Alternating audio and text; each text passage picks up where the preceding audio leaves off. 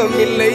பாசங்கள் நேசங்கள் ஏதுமே இன்றி வாழ்ந்திடும் வாழ்க்கையோ வாழ்க்கை இல்லை.